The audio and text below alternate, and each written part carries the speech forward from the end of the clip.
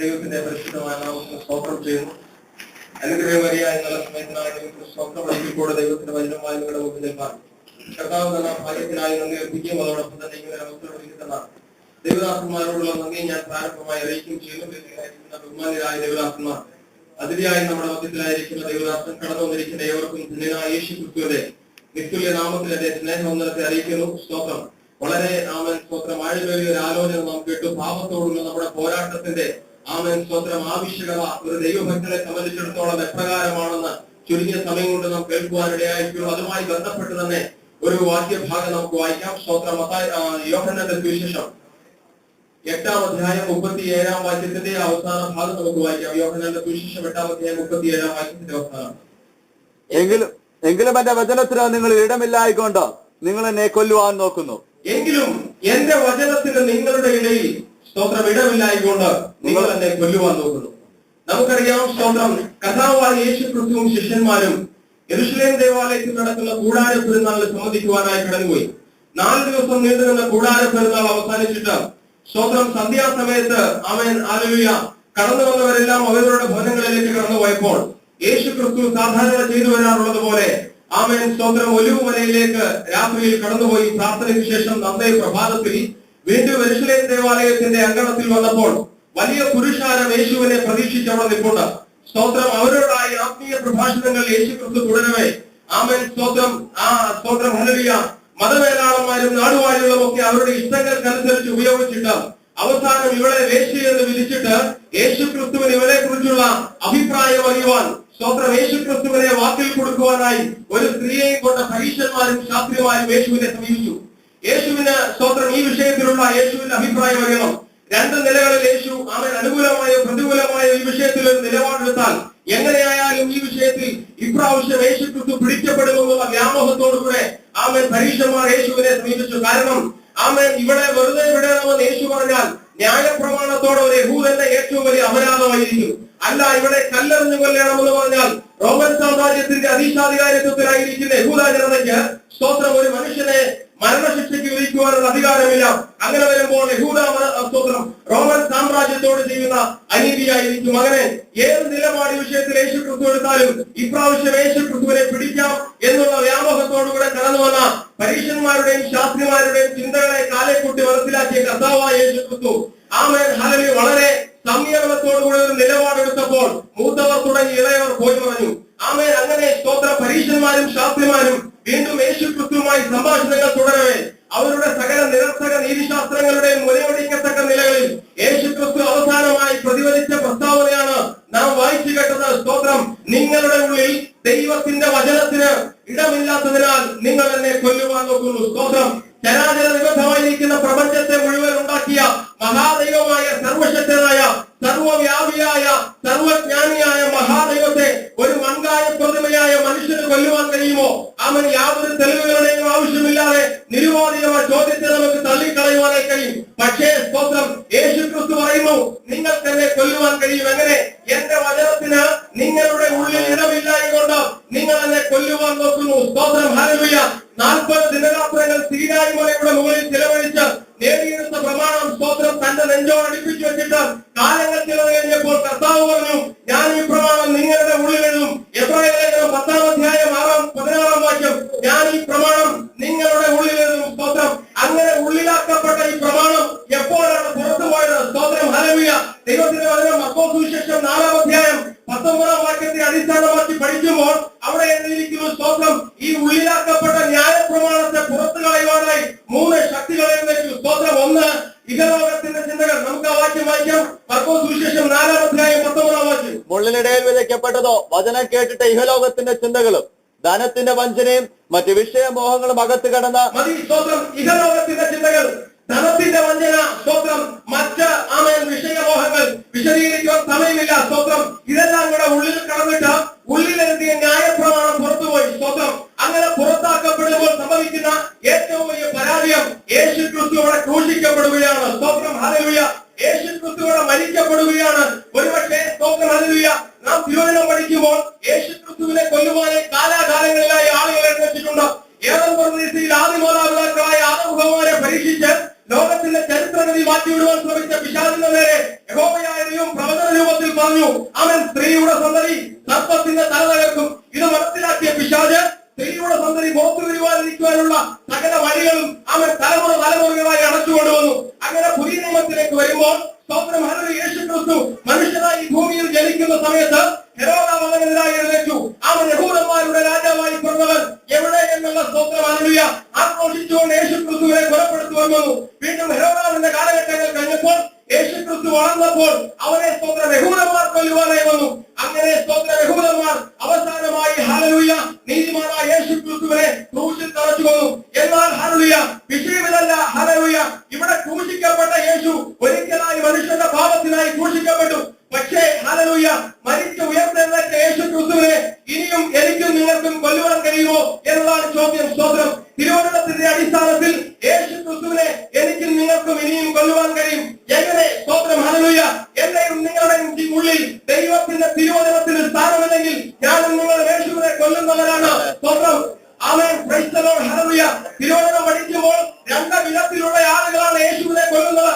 ഒന്ന് സ്തോത്രം ഹല്ലേലൂയ ദൈവത്തിന്റെ പ്രമാണം ഉള്ളിലില്ലാത്തവൻ. സ്തോത്രം ഹല്ലേലൂയ നാം വായിച്ച വാക്യത്തിൽ യോഹന്നാൻ സുവിശേഷം 8-ാം അധ്യായം 37-ാം വാക്യത്തിൽ എഴുതിയിരിക്കുന്നു, ദൈവത്തിന്റെ വചനം ഉള്ളിലില്ലാത്തതുകൊണ്ട് നിങ്ങൾ എന്നെ കൊല്ലുവാൻ നോക്കുന്നു. രണ്ടാമതായി എബ്രായ ലേഖനം 6-ാം അധ്യായം 6-ാം വാക്യം അവിടെ എഴുതിയിരിക്കുന്നു, പിന്മാറ്റക്കാർ യേശു ക്രിസ്തുവിനെ വീണ്ടും ക്രൂശീകരിക്കുന്നു. സ്തോത്രം ഒന്നാമത് ഹല്ലേലൂയ ദൈവത്തിന്റെ വചനം ഉള്ളിലില്ലാത്തവർ യേശു ക്രിസ്തുവിനെ കൊല്ലുന്നു. സ്തോത്രം ദൈവത്തിന്റെ വചനത്തിന് പ്രാധാന്യം കൊടുക്കാത്ത, ദൈവത്തിന്റെ വചനത്തിന് ഇടം കൊടുക്കാത്ത, ദൈവത്തിന്റെ വചനത്തിന് സ്ഥാനം കൊടുക്കാത്ത ആമേൻ ഇടങ്ങളിൽ സംഭവിക്കുന്ന പ്രധാനപ്പെട്ട രണ്ട് ആമേൻ അപജയങ്ങളുണ്ട്. ഒന്ന് സ്തോത്രം ശമൂവേലിന്റെ 1-ാം പുസ്തകം 3-ാം അധ്യായം 1-2 വാക്യങ്ങൾ നമുക്ക് വായിക്കാം.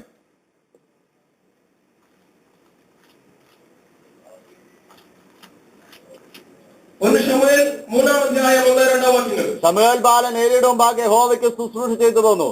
അക്കാലത്ത് യഹോവയുടെ വചനം ദുർലഭമായിരുന്നു. ദർശനമേറെ ഇല്ലായിരുന്നു. അക്കാലത്ത് ഒരിക്കൽ ഏലി തന്റെ സ്ഥലത്ത് കിടന്നുറങ്ങി. കാണുവാൻ വഹിയാതെ വണ്ണം അവന്റെ കണ്ണ് മങ്ങിട്ട്. 3 പ്രധാനപ്പെട്ട കാര്യങ്ങളാണ് അവിടെ. സ്തോത്രം വചനം ദുർലഭമായിരുന്നു. അതുകൊണ്ട് സംഭവിച്ച അടുത്ത പരാജയം ദർശനം ഇല്ലാതെ വന്നു. സ്തോത്രം അപ്പോൾ സംഭവിച്ച അടുത്ത പരാജയം ദർശനം ഉണ്ടായിരുന്ന ഏലിയുടെ കണ്ണ് മങ്ങുവാനിടയായിരുന്നു.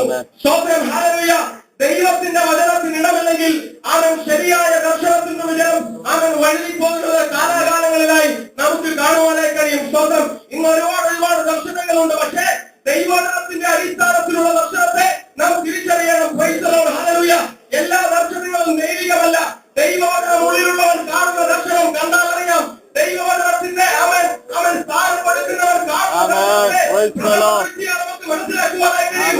അവൻ സ്തോത്രം ദൈവത്തിന്റെ വചനം കൊണ്ട് അവൻ സ്തോത്രം നാം ദർശനങ്ങളെ അളക്കേണ്ടത് അത്യന്താപേക്ഷിതമായിരിക്കുന്നു. സ്തോത്രം അവിടെ കാണുന്നു ഹല്ലേലൂയ ദർശനം നഷ്ടപ്പെട്ടപ്പോൾ വചനം ഇല്ലാതെ വന്നപ്പോൾ ദർശനം കുറഞ്ഞു. ദർശനം കുറഞ്ഞപ്പോൾ ഹല്ലേലൂയ ദർശനം കാണേണ്ട പലരുടെയും കണ്ണ് അവൻ സ്തോത്രം മങ്ങുവാനിടയായിത്തീർന്നു. രണ്ടാമത് സ്തോത്രം നമുക്ക് വായിക്കാം. സ്തോത്രം രണ്ടാമതായി നാം കാണുന്നത് സ്തോത്രം അവിടെ രണ്ടാമതായി സ്തോത്രം യേശു ക്രിസ്തുവായിരുന്നു. ദൈവത്തിന് നാം വായിച്ച വചനഭാഗം ഇതാണ്, ദൈവത്തിന്റെ വചനത്തിന് ഇടം കൊടുക്കാത്തതുകൊണ്ട് അവർ സ്തോത്രം യേശു ക്രിസ്തുവിനെ കൊല്ലുന്നു. ഒന്നാമതായി നാം കണ്ടു സ്തോത്രം വചനം ഇല്ലാത്തതുകൊണ്ട്, വചനത്തിന് ഇടം കൊടുക്കാത്തതുകൊണ്ട് ദർശനം നഷ്ടപ്പെടുന്നു. ദർശനം നഷ്ടപ്പെട്ട ജനം ഹല്ലേലൂയ പാപത്തിലേക്ക് നിവദിക്കുന്നു. രണ്ടാമതായി സംഭവിക്കുന്ന പരാജയം സദൃശവാക്യങ്ങളുടെ പുസ്തകം 29-ാം അധ്യായം 18-ാം വാക്യം നമുക്ക് വായിക്കാം. വെളിപ്പാടില്ലാത്തടത്ത് ജനം മര്യാദ കെട്ടി നടക്കുന്നു. ന്യായപ്രമാണം കാത്തുകൊള്ളുന്നവനോ ഭാഗ്യവാൻ. അതിന്റെ അർത്ഥം സ്തോത്രം ന്യായപ്രമാണം അവൻ പാലിക്കാത്തതിനാൽ ജനം ആത്മീയ അവമര്യാദകളിലേക്ക് വീഴുന്നു. സ്തോത്രം ഒന്നാമതായി നാം കണ്ടു സ്തോത്രം ദൈവവചനത്തിന്റെ ഇടം കൊടുക്കാത്തത് കൊണ്ട്, ദൈവവചനം കുറയുന്നത് കൊണ്ട് ദർശനം നഷ്ടപ്പെടുന്നു. രണ്ടാമതായി സ്തോത്രം ദൈവത്തിന്റെ വചനത്തെ പാലിക്കാത്തത് കൊണ്ട് ജനം സ്തോത്രം വെളിപ്പാട് നഷ്ടപ്പെട്ട് അവൻ മര്യാദ കെട്ട് നടക്കുന്നു. സ്തോത്രം ഈ ദിനങ്ങളിൽ ഹല്ലേലൂയ ദൈവത്തിന്റെ വചനത്തിന് നാം പ്രാധാന്യം കൊടുക്കുന്നുണ്ടോ? നമ്മുടെ ദർശനങ്ങൾ നഷ്ടപ്പെടുമ്പോൾ, നമ്മുടെ വെളിപ്പാടുകൾ നഷ്ടപ്പെടുമ്പോൾ നാം തിരിച്ചറിയേണ്ട ഒരു യാഥാർത്ഥ്യമുണ്ട്. ദൈവത്തിന്റെ വചനത്തിന് നമ്മുടെ ഇടയിൽ സ്ഥാനമില്ലാതെ വരുന്നു. അങ്ങനെ വരുമ്പോൾ നാം പലരോടും തുല്യരായിത്തീരും. സ്തോത്രം 3 കൊല്ലം യേശുവിനോടൊപ്പം നടന്ന് അപ്പം കുഞ്ഞി ചടയാളങ്ങൾ കണ്ട് ആത്മനാഥനോടൊപ്പം നടന്ന സ്തോത്രം ഹല്ലേലൂയ വെറും അടിമയുടെ വിലയായ 30 വെള്ളി പിശാചിന് ആത്മനാഥനെ ഒറ്റിക്കൊടുത്ത അക്കല്ലാമയിൽ അവൻ കെട്ടിയാൽ വെച്ച അവൻ യൂറയേക്കാൾ ഹല്ലേലൂയ ഞാനും നിങ്ങളും ശ്രേഷ്ഠന്മാരായി തീരുകയില്ല. എപ്പോൾ സ്തോത്രം ദൈവത്തിന്റെ വചനത്തിന് നമ്മുടെ ഇടയിൽ സ്ഥാനമില്ലാതെ വരുമ്പോൾ ഹല്ലേലൂയ പല കോടതികളിലും മാറി മാറി വിസ്തരിക്കപ്പെട്ടിട്ടും ഇവരുടെ കുറ്റവും കാണുന്നില്ലെന്ന് അറിഞ്ഞിട്ടും അവൻ സ്തോത്രം തന്റെ ആടിയുള്ളിൽ സിംഹാസനത്തെ ഉറപ്പിക്കുവാൻ അവൻ യേശു ക്രിസ്തുവിനെ ക്രൂശിക്കുവാൻ വിട്ടുകൊടുത്ത പീലാത്തോസിനോടുള്ള നമ്മുടെ സമീപനം എപ്രകാരമായിരിക്കും എന്നാൽ ദൈവത്തിന്റെ വചനം പറയുന്നു സ്തോത്രം ഞാനും നിങ്ങളും ദൈവത്തിന്റെ വചനത്തിൽ ഇടം കൊടുക്കാതെ വരുമ്പോൾ യേശുവിനെ അവൻ ക്രൂശിക്കുവാൻ ഒറ്റുകൊടുത്ത അവൻ വിളിച്ച പീലാത്തോസിനേക്കാൾ നാം ശ്രേഷ്ഠന്മാരല്ല. സ്തോത്രം ഹല്ലേലൂയ. ദൈവത്തിന്റെ വചനം അതാണ് നമ്മെ പഠിപ്പിക്കുന്നത്. അതുകൊണ്ട് സ്തോത്രം ഹല്ലേലൂയ ഈ ദിനങ്ങളിൽ ദൈവത്തിന്റെ വചനത്തിന് നാം അമിതമായ പ്രാധാന്യം കൊടുക്കണം. ദൈവത്തിന്റെ വചനത്തിന് നാം വലിയ സ്ഥാനം കൊടുക്കണം. ദൈവത്തിന്റെ വചനത്തിൽ ഇടമില്ലാത്ത വ്യക്തികൾ, ദൈവത്തിന്റെ വചനത്തിൽ ഇടമില്ലാത്ത കുടുംബങ്ങൾ, ദൈവത്തിന്റെ വചനത്തിൽ ഇടമില്ലാത്ത സഭകൾ, ദൈവത്തിന്റെ വചനത്തിൽ ഇടം കൊടുക്കാത്ത ആത്മീയ സംഘടനകൾ എല്ലാം തന്നെ ഹല്ലേലൂയ പരാജയത്തിലേക്ക് മാറപ്പെടുമ്പോൾ ദൈവത്തിന്റെ വചനത്തിന് നാം മുഖ്യമായ സ്ഥാനം നമ്മുടെ ജീവിതത്തിന്റെ എല്ലാ മേഖലകളിലും നാം കൊടുക്കണമെന്ന് ദൈവത്തിന്റെ വചനം നമ്മോട് ഓർപ്പിക്കുകയാണ്. സ്തോത്രം ഹല്ലേലൂയ. ഒരുപക്ഷെ ഹല്ലേലൂയ ദൈവത്തിന്റെ വചനം എന്നിലും നിങ്ങളിലും ഇല്ലാത്തപ്പോഴും സമൃദ്ധിയും അനുഗ്രഹവും വന്നുകൊണ്ടിരിക്കും. നമ്മുടെ ജീവിതത്തിൽ ലഭിക്കുന്ന ഉയർച്ചകളും നമ്മുടെ ജീവിതത്തിൽ ലഭിക്കുന്ന അനുഗ്രഹങ്ങളും നമ്മുടെ ജീവിതത്തിലെ സമൃദ്ധിയും ദൈവകൃപയിലാണ് നാം എന്നതിന്റെ തെളിവല്ല. സ്തോത്രം ഒരിക്കൽ കേരളത്തിലെ വാഴത്തിന്റെ കൈവച്ച് കർത്താവായ യേശു ക്രിസ്തു ശിമോനുള്ളതായ ഒരു പടയിൽ അവൻ ഉപദേശിച്ചുകൊണ്ടിരിക്കുമ്പോൾ യേശു ഈ പടയൽപ്പം ആഴത്തിലേക്ക് മാറ്റുകയെന്ന് പറഞ്ഞു.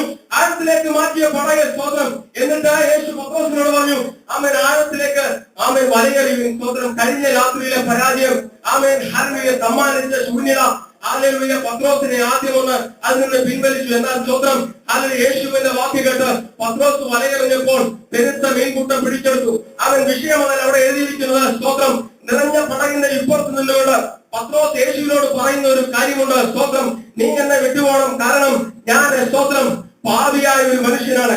എന്റെ പത്രോസെ പാപിയായിരിക്കുമ്പോൾ നിന്റെ പടകം നിറയുമോ? സ്തോത്രം എന്റെ പത്രോസെ പാപിയായിരിക്കുമ്പോൾ നിന്റെ ശൂന്യതകൾ മാറുമോ? ആമേൻ. സ്തോത്രം ഹല്ലേലൂയ.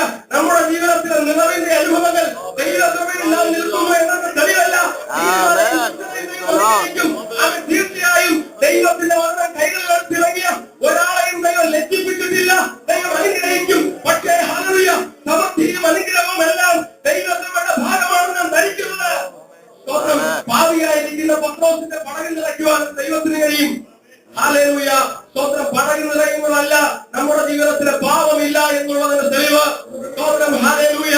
അതുകൊണ്ട് ഈ ദിനങ്ങളിൽ സ്തോത്രം ദൈവവചനത്തിന് പ്രാധാന്യം കൊടുത്തുകൊണ്ട് ദൈവകൃപയെ മുന്നേറുവാൻ പരിശുദ്ധാത്മാവ് നമ്മെ സഹായിക്കുമാറാകട്ടെ. അവിടെ ഇരിക്കുന്ന സ്തോത്രം നിങ്ങൾ അബ്രഹാമിന്റെ സന്തതികൾ ശരി തന്നെ, പക്ഷേ നിങ്ങളിൽ ദൈവത്തിന്റെ വചനമില്ല. എന്താണ് സ്തോത്രം? അബ്രഹാമിന്റെ പ്രവൃത്തികൾ നിങ്ങളില്ല. എന്തായിരുന്നു അബ്രഹാമിന്റെ പ്രവൃത്തി? സ്തോത്രം ഭൂമക്കളെ ഉണ്ടാക്കി നടന്ന കാലഘട്ടത്തിൽ എന്നെ അനുഭവിപ്പീൻ. സ്തോത്രം ഞാൻ നിന്നെ കാണിപ്പാനിരിക്കുന്ന ദേശത്തേക്ക് പുറപ്പെട്ടു പോയി എന്ന വാക്കിന് മുമ്പിൽ ചാർച്ചക്കാരെ, ബന്ധുമിത്രാദികളെ, പ്രിയപ്പെട്ടവരെ അവൻ താൻ പിന്തുടർന്നു വന്ന സംസ്കാരത്തെ ഒക്കെ ഉപേക്ഷിച്ച് മഹാദൈവത്തിന്റെ വാദിയിലേക്ക് ഇറങ്ങിത്തിരിച്ച അനുസരണമായിരുന്നു സ്തോത്രം ഹല്ലേലൂയ. അബ്രഹാമിനെ അനുഭവിച്ചിറങ്ങിയ ലോത്തും അബ്രഹാമിന്റെ ഇടയമാകുന്നതിൽ പ്രശ്നമുണ്ടായപ്പോൾ അവൻ സ്വാഭാവികമായി തിരഞ്ഞെടുപ്പിനുള്ള അധികാരവും അനുമതിയും അബ്രഹാമിന്റെ മക്കളായിരിക്കുമ്പോൾ സ്തോത്രം ഹല്ലേലൂയ ലോകത്തിലെ സ്തോത്രം തിരഞ്ഞെടുപ്പിലുള്ള ആദ്യ അവസരം വിട്ടുകൊടുത്തുകൊണ്ട് മാതൃകയായി തീർന്ന അബ്രഹാം. അവൻ അതായിരുന്നു അബ്രഹാമിന്റെ പ്രവൃത്തി.